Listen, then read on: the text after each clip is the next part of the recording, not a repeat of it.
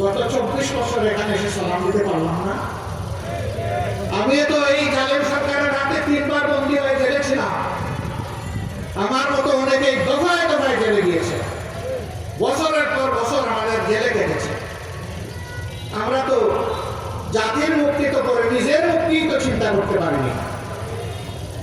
আজকে যাদের ত্যাগের বিনিময়ে মুক্তি, তারা কি বলে আমি গতকাল সিলেট আসতে পারি নাই, আপনাদের কাছে আসতে পারি নাই।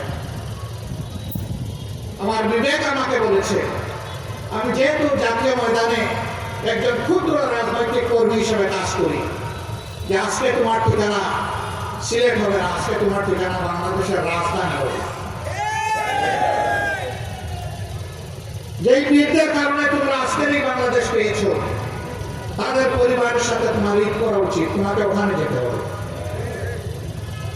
আমি 29 রমজান মাগরিবের পরে মসজিদ থেকে বের হয়ে শহীদদের বাড়িতে যাওয়া শুরু করেছিলাম।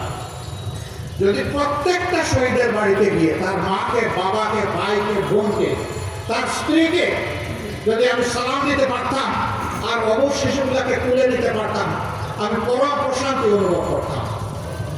কিন্তু সময়ের সীমাবদ্ধতা, আমি সব জায়গায় পারি নাই।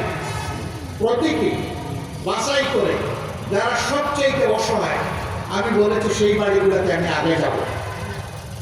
আলহামদুলিল্লাহ যতটা পেরেছি, আগের রাত 12টা পর্যন্ত, পরের রাত, আগের রাত 12টা পর্যন্ত তাদের সাথে থাকার চেষ্টা করেছি।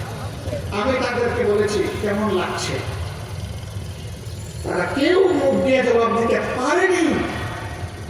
টপ টপ করে পানি পড়েছে তাদের চোখের কোণা থেকে। আমি বুঝতে পেরেছি আজকে তাদের মৃত্যুমুখ পেয়েছে। আমি জিজ্ঞেস করেছি আমাদের কাছে আপনাদের কি প্রত্যাশা, জাতির কাছে কি প্রত্যাশা? তারা দুটা জিনিস করেছে। একটা বলেছে আমরা খুনিদের বিচার চাই, আমাদের আপনজন আমরা ফিরে পাবো না, কিন্তু আমরা দেখতে চাই খুনিদের বিচার হয়েছে, যাতে আগামীতে কেউ এইরকম খুনি এবং জালিমের ভূমিকায় অবতীর্ণ না হয়। দুঃশাসন মুক্ত বাংলাদেশ করতে চাই এবং নির্দ্বিধায় নিঃসংকোচে বলছি, আমরা কোনো মাইনরিটি মেজরিটি বুঝি না। আমরা সবাই মিলে, সব দল ধর্ম জাত মিলে, আল্লাহ যাদেরকে বাংলাদেশে পয়দা করেছেন তাদের সবাই মিলে সবের হাত এক জায়গায় করে আমরা একটা মানবিক বাংলাদেশ করতে চাই। এই বাংলাদেশ কি সবাই আমরা চাই? লড়াই শুরু হলো ইনশাআল্লাহ। আল্লাহ তুমি সাক্ষী থাকো, এই লড়াই যতদিন তুমি আমাদেরকে তৌফিক দিবে ততদিন আমাদের এই লড়াই চলবে ইনশাআল্লাহ। সেই বাংলাদেশ একদিন বড় হবে ইনশাআল্লাহ। সেটা আপনার হাতে হোক, আমার হাতে হোক, আর আল্লাহ সেই বন্ধার হাতেই হোক।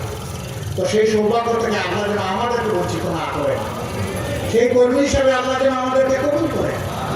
সম্মানিত ভাইরা, আসলে আমি কেন বক্তৃতায় আসিনি, আমি এসেছি মন ভরে আপনাদের মুখ দেখতে।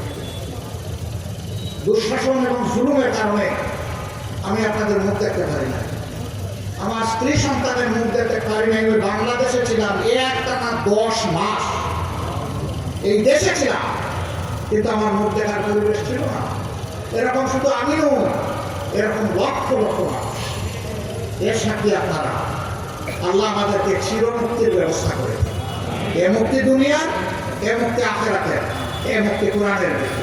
সেই কোরআনের বাংলাদেশ ওড়ায় আপনাদের সকলের দোয়া চাই, ভালোবাসা চাই, পরামর্শ চাই, সমালোচনা চাই, সাথে চাই, পাশে চাই। আল্লাহ আপনাদের সকলকে তাইয়িব হায়াত দান করুন। আল্লাহ তাআলা কুলাউড়ার মাটির উপর রহম করুন, প্রিয় বাংলাদেশের উপর রহম করুন, শান্তির ফয়সালা নাজিল করুন। আগামীর একটা সুনীতি এবং ন্যায় বিচারের বাংলাদেশ গড়ার তৌফিক আল্লাহ তাআলা এই জাতিকে দান করুন। সবাইকে অনেক শুকরিয়া, অনেক কৃতজ্ঞতা। আসসালামু আলাইকুম।